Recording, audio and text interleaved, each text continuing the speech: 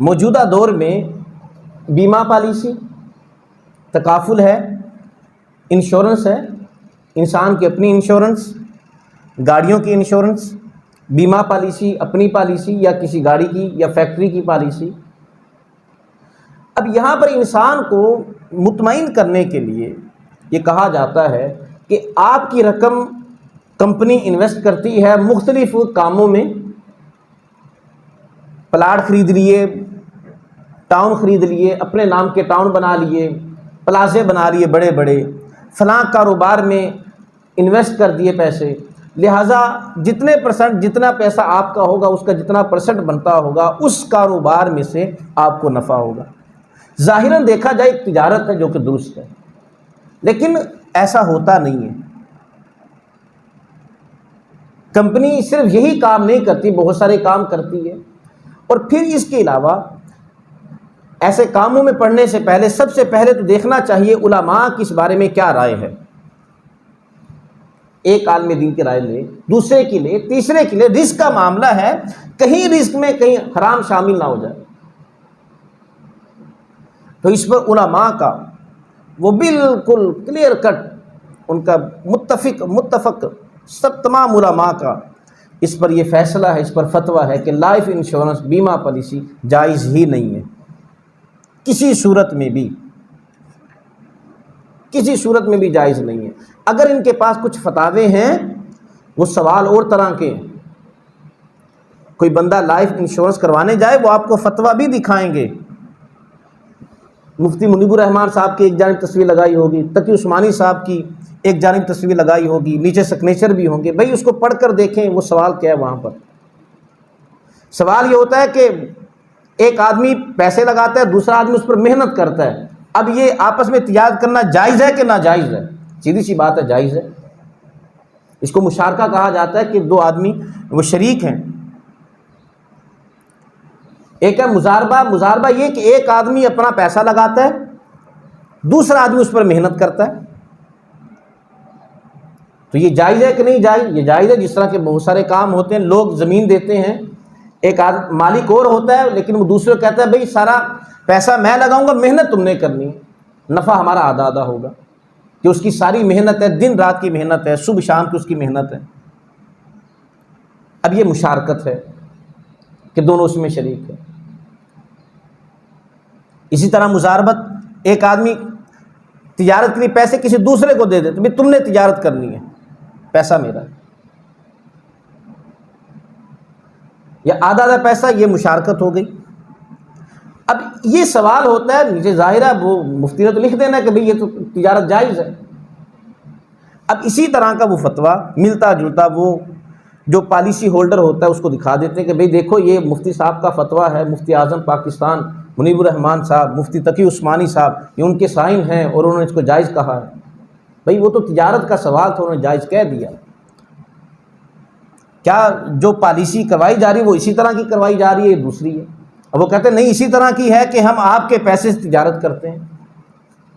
ابھی دیکھیں پہلی چیز، یہ جو لائف انشورنس کا یہ جو کرواتے ہیں، یہ جو کرتی ہے پالیسی، یہ ایک قرض کی صورت ہے، اور جو پالیسی ہولڈر ہوتا ہے وہ قرض خواہ ہے، کمپنی قرض دار ہے۔ کمپنی اس سے قرض لیتی ہے کہ آپ ہمیں کچھ قرض دے دیں پالیسی ہولڈر سے، اور قرض کا سیدھا سیدھا اصول ہے جتنی رقم دی ہے اتنی واپس لی جائے۔ یہ قرض کی حیثیت ہے، آپ کے نہیں، یہ تو میری پارٹنر کی حیثیت ہے، تو آپ چاہے 1 کروڑ کی پالیسی کروا لیں اور کمپنی کو کہیں کہ نہیں آپ نے یہ کام نہیں کرنا، کمپنی آپ کی بات نہیں مانے گی۔ اس کا مطلب یہ ہوا کہ آپ برابر کی شراکت دار نہیں ہیں، آپ کی حیثیت صرف ایک قرض خواہ کی تھی جو کہ کمپنی آپ سے قرض لے لیا، جس کی پہلی شرح حیثیت قرض کی ہے۔ اب دوسری اس میں خرابی لائف انشورنس میں اور بیمہ پالیسی جو اس کے نام ہیں اس کے، اور یہ کہ رقم جمع کروا دی اور وہ رقم آپ کو مل رہی ہے، اس کا نفع بھی آپ کو مل رہا ہے۔ اب کمپنی وہ آپ کے پیسے کہاں پر انویسٹ کرتی ہے؟ وہ لوگوں کا پیسہ لیا ہوا مختلف اداروں کو، یہ اتنے امیر ہوتے ہیں، گورنمنٹ کو یہ قرضہ دیتے ہیں، بینکوں کو قرضہ دیتے ہیں، بڑی بڑی فیکٹریوں کو، ملوں کو، بڑے بڑے بزنس مین تاجروں کو یہ کمپنیاں قرضہ دیتی ہیں، اور یہ قرضہ سود کے بغیر نہیں دیتی۔ لاکھ ایک سے لیا، 2 لاکھ دوسرے سے لیے، 3 لاکھ کسی سے لیے، جس طرح 22-23 کروڑ کی آبادی ہے، اور اس میں سے 10 کروڑ بھی اگر یہ پالیسی کا وہ ان کے پاس ممبرشپ ہے، اور وہ سالانہ 1-1 لاکھ بھی جمع کروائیں تو کتنی رقم یہ بن جاتی ہے، اربوں خربوں میں رقم جا بنتی ہے، بلین میں جا کے رقم بن جاتی ہے، اور وہ پھر مختلف بینکوں کو، فیکٹریوں کو، تاجروں کو، گورنمنٹ کو یہ قرضہ دیتے ہیں، اور سود پر قرضہ دیتے ہیں، اس سے جو نفع حاصل ہوتا ہے پھر جتنے فیصد لوگوں کو نفع مل رہا ہوتا ہے وہ ان کو دیتے ہیں۔ اب یہ سیدھا سیدھا سود ہے، سود کا پیسہ آپ کا لوگوں کو دیا اور اسی میں سے آپ کو بھی نفع دے دیا۔ اب اس کے بارے میں قرآن مجید کیا کہتا ہے؟ احل اللہ البیع وحرم الربا، اللہ نے تجارت کو حلال کیا اور سود کو حرام کیا، اور پھر سود لینے والا دینے والا دونوں ہی آگ میں ہیں۔ اللہ کے سیدھے سیدھے حکموں کو توڑا، جبکہ اللہ کیا کہتا ہے؟ وما آتاکم الرسول فخذوہ وما نہاکم عنہ فانتہوا، جو چیز تمہیں میرا رسول عطا کرے، میرا حبیب عطا کرے۔ تو کیا آقا علیہ الصلوۃ والسلام تجارت نہیں کی؟ حضور نے تجارت بھی کی ہے، تو کیا حضور کی مثال ہمارے سامنے کیوں نہیں ہے؟ کیا اللہ نے قرآن میں نہیں کہہ دیا احل اللہ البیع، ہم نے تجارت کو حلال کیا ہے، سود کو حرام کیا ہے، پیسے کے اوپر پیسہ لینا یہ حرام کر دیا۔ اب یہ دوسری اس میں قباحت ہوگی۔ تیسری قباحت، جس نے انشورنس کروائی ہے اس کا پیسہ 2 لاکھ جا چکا ہے کمپنی کے پاس، اچانک اسے اپنے ہی پیسے کی ضرورت پڑی، ایک کمپنی کے پاس جاتا ہے، بھئی مجھے 1 لاکھ روپے ابھی ارجنٹ چاہیے۔ کمپنی کہتے ٹھیک ہے آپ کو 1 لاکھ روپیہ دیتے ہیں، لیکن آپ کو بغیر سود کے نہیں ملے گا، یہ کمپنی کی پالیسی ہے۔ بغیر سود کے پالیسی ہولڈر کو، جس کا اپنا پیسہ کمپنی میں جمع ہے، اس کو پیسہ نہیں ملتا بغیر سود کے۔ یہ تیسری خرابی۔ چوتھی خرابی، کوئی شخص اپنی انشورنس کرواتا ہے، اس نے 3-4 قسطیں بھری، اس کے بعد اس نے کہا کہ نہیں میں نے یہ نہیں کروانی، اب اسی کی رقم اس کو واپس نہیں دی جاتی۔ کیا آپ نے پالیسی کو پورا نہیں کیا، مکمل نہیں کیا، فالو نہیں کیا؟ یہ بھی خرابی۔ پانچویں خرابی،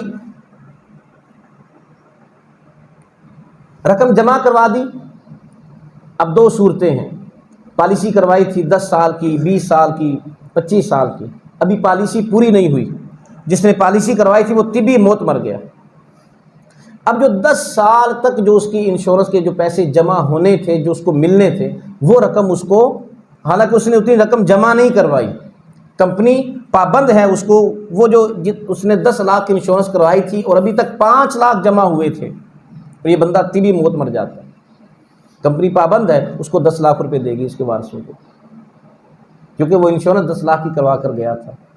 یہ یہاں پر کمپنی کو نقصان ہے، تو اسلام یہ بھی نہیں کہتا کہ اس کو نقصان ہو۔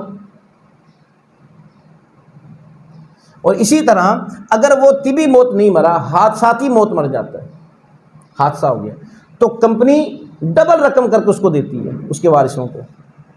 یہی تو وہ لالچ دیتے ہیں کہ آپ کے مرنے کے بعد آپ کی اولاد کو اتنا پیسہ ملے گا، یہی وہ لالچ دیتے ہیں، آپ کے مرنے کے بعد اگر آپ کوئی حادثہ پیش آ گیا آپ کو اتنے پیسے ملیں گے۔ ابھی کتنی خرابیاں جمع ہو گئی، تو ان ساری خرابیوں کی وجہ سے یہ لائف انشورنس یہ حرام ہے، بیمہ پالیسی حرام ہے۔ گاڑیوں کی بیمہ پالیسی کروائی جاتی ہے، فیکٹریوں کی کروائی جاتی ہے، بسوں کی کرواتے ہیں لوگ، اور سالانہ جو ان کا جتنا بنتا ہے، جتنی مالیت کی وہ چیز ہوتی ہے اتنے فیصد وہ اس کی رقم سالانہ جو ہوتی ہے لائف انشورنس کو جمع کروانی ہوتی ہے۔ اب کوئی شخص پالیسی کرواتا ہے اپنی فیکٹری کی 10 سال کی، 20 سال کی، 15 سال کی، کوئی شخص اپنی کار کی انشورنس کرواتا ہے 10 سال کی، 5 سال کی، سالانہ جتنی مالیت کی وہ گاڑی ہے، 30 لاکھ کی گاڑی ہے، اسی حساب سے سالانہ اس کی وہ قسط بنا دیتے ہیں، کیا آپ اتنی سالانہ قسط دیں گے؟ آپ کی گاڑی کی انشورنس رہے گی، اور گاڑی کو کوئی بھی حادثہ پیش آ جائے تو کمپنی اس حادثے کا ازالہ کرے گی، وہ نقصان پورا کرے گی۔ اب یہ دو صورتیں ہیں۔ ایک آدمی نے 5 سال کے لیے اپنی گاڑی کی انشورنس کروائی تھی، اور 5 سال اس گاڑی کو کوئی حادثہ پیش نہیں آیا، 5 سال پورے ہو گئے۔ اب جو پیسے پالیسی ہولڈر نے اپنی گاڑی کے جمع کروائے تھے وہ پیسے کمپنی کے ہوں گے، مالک کو واپس نہیں ملیں گے، حالانکہ اس کا کوئی نقصان نہیں ہوا، اس کی گاڑی کو اس کے اوپر کوئی پیسہ نہیں لگا۔ 5 سال بھی پورے، مدت پوری ہو گئی، وہ اپنے گھر، یہ اپنے گھر، ایک صورت۔ دوسری صورت، حادثہ ایسا پیش آیا کہ ابھی پیسے تو صرف اس نے 2 لاکھ جمع کروائے تھے، لیکن نقصان ہو گیا 10 لاکھ کا۔ کمپنی پابند ہے، وہ 10 لاکھ، وہ آدھا جتنا بھی ہوتا ہے، کچھ پورا تو نہیں دیتے، وہ 50-50 کر لیتے ہیں، 50% نقصان مالک کو اور 50% پالیسی کمپنی کو۔ لیکن ابھی تک اس نے 1 لاکھ جمع کروایا تھا، پھر بھی کمپنی کو 5 لاکھ بھرنے پڑے۔ یہاں پر اب کمپنی کو نقصان، جبکہ قرآن مجید میں ہے فَمَنِ اعْتَدَىٰ عَلَيْكُمْ فَاعْتَدُوا عَلَيْهِ بِمِثْلِ مَا اعْتَدَىٰ عَلَيْكُمْ، تمہارے اوپر جو جتنی زیادتی کرے بدلے میں اتنا ہی اس کے ساتھ کرو، زیادہ نقصان نہ کرو۔ اب یہاں پر کیا ہو رہا ہے؟ یہاں پر یا تو جس نے جو پالیسی ہولڈر ہے اس کو کچھ نہیں مل رہا، لیکن اگر نقصان ہو گیا اور ابھی پیسے صرف 1 لاکھ جمع کروائے تھے لیکن نقصان زیادہ کا ہو گیا، یہ 10 لاکھ کا میں نے بتایا، ہو سکتا ہے کہ پوری کی پوری گاڑی تباہ ہو جائے، 30 کا 30 لاکھ، 45 لاکھ، وہ گاڑی تھی 1.5 کروڑ کی، وہ ساری کی ساری وہ ختم ہو گئی، ملبہ بچ گیا، صرف راکھ کا ڈھیر ہے۔ اب یہاں پر اگر 50-50 بھی کریں اور 1.5 کروڑ کی وہ گاڑی ہے، لینڈ کروزر ہے، تو کم از کم یہ 75 لاکھ روپے تو پھر بھی کمپنی کو دینے پڑیں گے، اور پیسہ بھی صرف 10-15 لاکھ جمع ہے۔ تو اسلام یہ نہیں کہتا کہ ایک کو نقصان ہو جائے چلو کمپنی کو ہو جائے، پالیسی ہولڈر کو نہ ہو۔ اب یہ دیکھیں، وہ جو پیسہ زیادہ آپ کو ملا وہ بھی آپ نے تو اتنا دیا ہی نہیں تھا، وہ آپ کو پیسہ مل رہا ہے، یہ اس کو نقصان۔ قرآن کیا کہتا ہے؟ فَمَنِ اعْتَدَىٰ عَلَيْكُمْ فَاعْتَدُوا عَلَيْهِ بِمِثْلِ مَا اعْتَدَىٰ عَلَيْكُمْ، تمہارے اوپر جو جتنا ظلم کرے اتنا ہی کرو۔ اگر کسی نے ہاتھ توڑا ہے تو بدلے میں ہاتھ توڑو گے، جان سے نہیں مار سکتے۔ کسی نے انگلی توڑی ہے تو بدلے میں انگلی توڑ سکتے ہو، پورا ہاتھ نہیں توڑ سکتے۔ دانت توڑا، صرف دانت ہی توڑ سکتے ہو، زیادہ نہیں کر سکتے۔ تو یہ دونوں کو اس طرح، اور جو پالیسی ہولڈر ہے اس کو جو پیسے ملے، جو اضافی پیسے مل رہے ہیں، وہ سب کے سب یہ سود میں ہے۔ تو کیا آقا علیہ الصلوۃ والسلام نے فرمایا کہ ان حلال بین و ان حرام بین و بینہما متشابہات، درمیان میں شبہ والی چیزیں اس میں نہیں پڑنا۔ اب آ جائے بینک کی طرف۔ بینک میں لوگ اکاؤنٹ کھلواتے ہیں، ایک تو ہے کرنٹ اکاؤنٹ، اس میں تو نہ تو آپ کے پیسے بڑھیں گے نہ کم ہوں گے، آپ کی اصل رقم اتنی ہی رہے گی۔ اور ایک دوسرا اکاؤنٹ ہے، اب اس میں پیسہ جمع کروانے پر وہ 1 لاکھ ہے تو کچھ فیصد آپ کو اس پر پروفٹ دیتے ہیں، اور بینک یہ کہتا ہے کہ جی ہم اس کا کاروبار کریں۔ بینک کون سا کاروبار کرتا ہے؟ وہ تو سود پر قرضے دیتا ہے۔ آپ تجوری میں پیسے رکھے نا، میں دیکھتا ہوں 5 لاکھ رکھے تھے، سال کے بعد 5 لاکھ ہیں یا اتنے ہی ہیں یا 5,10,000 ہو گئے، تو کتنے ہوں گے تجوری سے نکالیں گے؟ اتنے ہی ہوں گے۔ تو بینک بھی ایک تجوری ہے، آپ نے وہاں پر اپنا 5 لاکھ روپے رکھا، جو آپ کو اضافی رقم ملے وہ کس چیز کی مل رہی ہے؟ وہ سود کی مد میں آپ کو مل رہی ہے۔ بعض لوگوں نے تو پیسے 20-30 لاکھ روپے جمع اس لیے کروائے کہ پیسے بڑھ رہے ہیں، ماہانہ ان کی انکم آ رہی ہے، ان کا سڑکہ چل رہا ہے، اصل رقم بھی اسی طرح محفوظ ہے۔ اور میں نے پہلے شروع میں کہا 100 میں سے 90% لوگ یہی کام کر رہے ہیں، 10% لوگ پوری آبادی میں سے یہ محفوظ ہیں۔ اور ان میں بھی جو علماء کا طبقہ، جن کے دل میں خشیت الہی ہے، عام آدمیوں میں سے، عام عوام الناس میں سے، یا وہ لوگ بچے ہوئے ہیں جن کے پاس پیسے نہیں ہوتے، وہ جمع نہیں کروا پاتے، موقع انہیں بھی ملے وہ بھی نہ معاف کریں۔ تو فرمایا کہ ان الحلال بین و ان الحرام بین و بینہما متشابہات،